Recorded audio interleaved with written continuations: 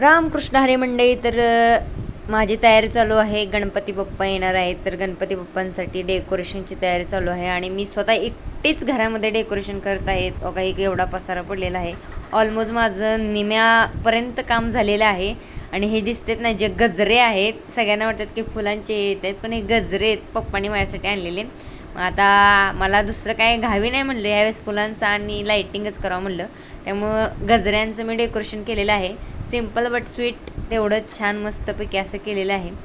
आणि त्यानंतर लाईटिंगच्या माळा लावलेल्या आहेत मस्तपैकी.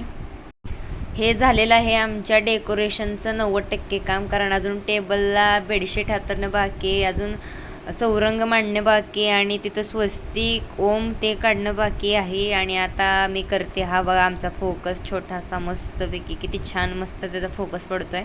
आणि मी आता चौरंग आणि टेबलवर मस्तपैकी छान असं बेडशीट हातरून घेतली आणि चौरंगावर मी स्वस्तिक काढले, कारण उद्या त्याच्यावर कलश स्थापन करून पूजा करून आणि वर ओम काढले, तिथं भगवंत म्हणजे गणपती बाप्पा बसवणार आहे. आणि बघा हा आमचा छान दिसायला लागले ना. आणि आता काही दिवस जे चौरंगावर होते ना, चौरंगावर ह्या ट्रॉफ्या होत्या 3, पण आता चौरंग इकडे ठेवला आहे ना, त्यामुळे ह्या ट्रॉफ्यांना आता दुसरीकडे ॲडजस्ट करायला लागेल. आणि हे डेकोरेशन आम्ही छान केलेलं आहे, सिम्पल बट स्वीट.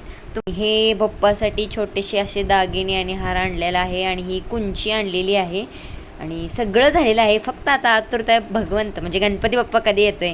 बोला गणपती बाप्पा मोरया, मंगल मूर्ती मोरया. आणि तुम्ही पण तुमच्या घरी असं डेकोरेशन केलं असेल तर नक्की कमेंट बॉक्समध्ये सांगा. आणि चॅनलवर जर नवीन असाल तर चॅनलला लाईक, शेअर आणि सबस्क्राईब करा. रामकृष्ण हरी.